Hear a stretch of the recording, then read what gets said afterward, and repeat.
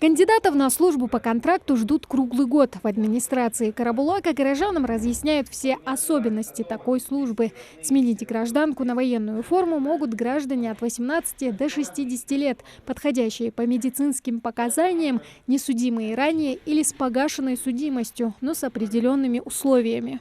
Также не рассматриваются кандидаты, даже те, у которых была судимость, в отношении которых было возбуждено уголовное дело по статьям, которые предусматривают, у вас директива есть, все есть, ознакомят против безопасности государства. То есть это что касается терроризм, опять же оружие, грабеж, участие в незаконных вооруженных формированиях. Эти граждане, даже у которых будет снята и погашена судимость, рассматриваться для поступления на военную службу по контракту не будут. Участники встречи из первых уст получают ответы на все интересующие вопросы. Контракт можно заключить на год, 3 или 5 лет. После его подписания бойцы получают серьезный социальный пакет, включающий льготы как для них, так и для их семей. Это и военная ипотека, льготы при поступлении в учебные заведения и 195 тысяч рублей президентской выплаты.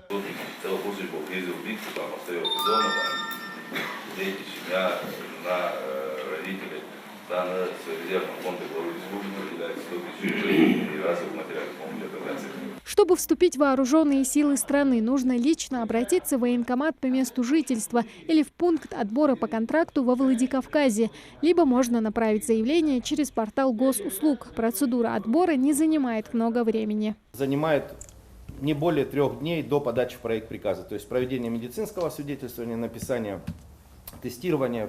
Их привозят, я имею в виду граждан, кто изъявил желание поступить на военную службу по контракту, в пункт отбора на автомобиле, который ездит, собирает людей и привозит к нам в пункт отбора. То есть с этим проблем нету, доехать до Владикавказа, оформиться.